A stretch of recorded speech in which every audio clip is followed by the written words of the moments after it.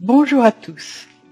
Certains d'entre vous m'ont questionné sur la procédure à suivre quand un proche n'est plus en capacité de pourvoir à ses intérêts du fait d'une altération de ses facultés physiques ou mentales.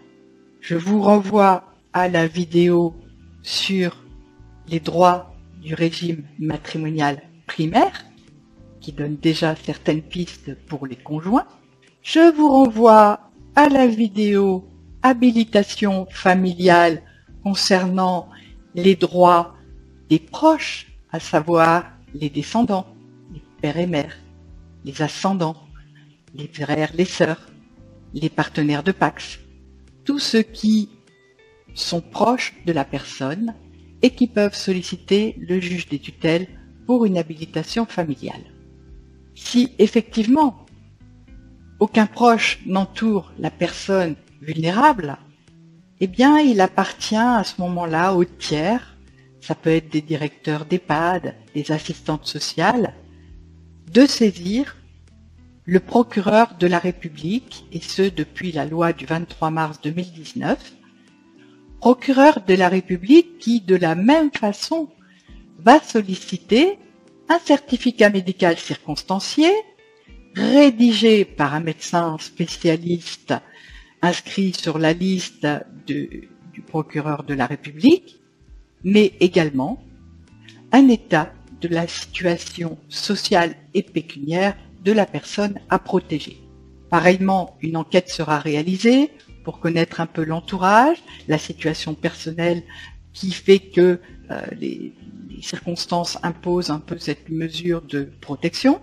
Dans le cas précédent, on était des protections dans l'ordre juridique que la loi prévoit. Ici, nous allons entrer dans le cas de procédure judiciaire. Selon l'analyse de la situation de la personne, plusieurs modes de protection pourront être mis en place, à savoir la sauvegarde de justice, la curatelle ou la tutelle. Bien souvent, dans un premier temps, le juge va statuer transitoirement avec une mesure de protection de sauvegarde. Pourquoi cette mesure de sauvegarde? Cette mesure de sauvegarde, elle est transitoire, elle a une durée d'1 an. Elle permet, effectivement, le cas échéant, de rétablir s'il y a eu des abus un peu sur le patrimoine de la personne. Par exemple, des contrats d'assurance qui ont été faits souscrire à la personne alors qu'elle n'était plus vraiment déjà en état de mesurer les décisions qu'elle prenait et les actes qu'elle signait. Donc cette mesure de protection va permettre de désigner un mandataire pour un certain nombre d'actes.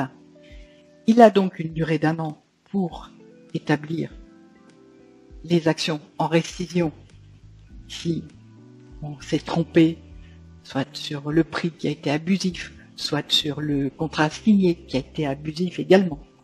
Donc le mandataire peut revenir sur ces actes-là. Il peut aussi, pendant cette période d'1 an, gérer un peu les éléments. S'il y a des actes de disposition, il reverra le juge des tutelles s'il y a des décisions et des actes à prendre. Cette mesure de protection peut être renouvelée 1 année tant que l'état de la personne ne s'est pas stabilisé. Donc vous voyez, cette première mesure de protection transitoire, temporaire, va permettre déjà d'accompagner cette personne qui a perdu un certain nombre de ses facultés pour pouvoir pourvoir à ses intérêts. Vous souhaitez plus de renseignements, vous retrouverez ci-dessous mes coordonnées, n'hésitez pas.